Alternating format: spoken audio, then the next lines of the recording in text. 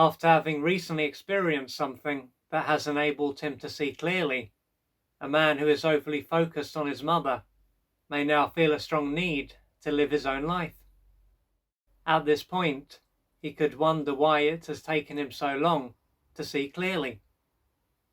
Then again, he could look back and see that due to how caught up he was in his mother's world, it simply wasn't possible for him to see clearly. It was then to be expected that it would take him a while to wake up. Now, this could mean that he has just experienced a breakup, started a relationship, or lost his job, for instance. Either way, it will be something that turned the light on and allowed him to see clearly.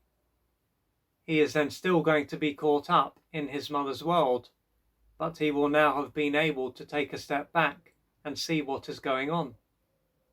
However, although his intellect will be on board with his desire to change his behavior, it doesn't mean that all of his emotional self will be. On the one hand, he will want to live his own life, and on the other, he will feel the need to carry on behaving in the same way. This is because his intellect will be no match for his emotional self.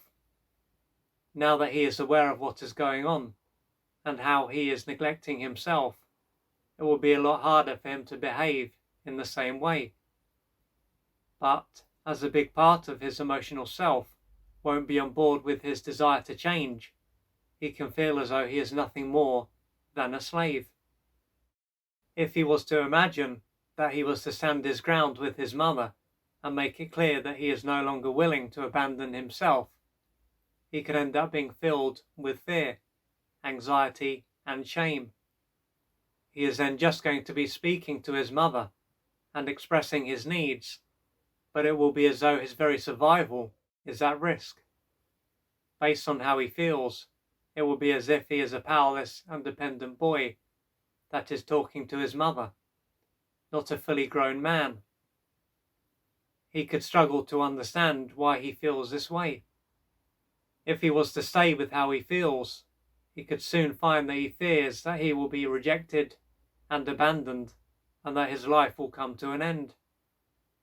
Thanks to how he feels, he will have two options. He focuses on his mother and survives, or he lives his own life, and his life will come to an end. This fear can be so strong that he is simply unable to break away from his mother and live his own life. It might not be accurate to say that he will just experience feelings during this time, though, as his whole body could be taken over by the feelings and sensations that he experiences. In fact, it could be as though his body and mind have been possessed by an external force. Once he has stopped imagining living his own life, he could end up feeling angry, frustrated, and totally helpless. He will be an individual with his own life to lead, but this won't be seen as an option. Right now, he will believe that his life will come to an end if he draws the line and implements boundaries with his mother. Nonetheless, there is a strong chance that what he fears has already happened. Throughout his early years, he is likely to have often been punished and disapproved of, and rejected and abandoned. So, even though he won't have died before, he will have experienced everything else that he feels will happen if he changes his behaviour. Or to be more accurate, while he won't have physically died all those years ago, his true self might have withdrawn and practically died in the process. During this time, his mother is likely to have primarily used him to meet some of her adult and unmet developmental needs. Quite simply, he would have been deprived of the nutrients that he needed to grow and develop in the right way. To handle the pain of being deprived, his brain would have automatically repressed how he felt to allow him to keep it together and function. With this in mind, what he feels will happen if he expresses himself is likely to have already happened. The pain that he experienced all those years ago will start to enter his conscious awareness when he changes his behaviour. Therefore, while it may seem as though his mother has control over him, this is an illusion.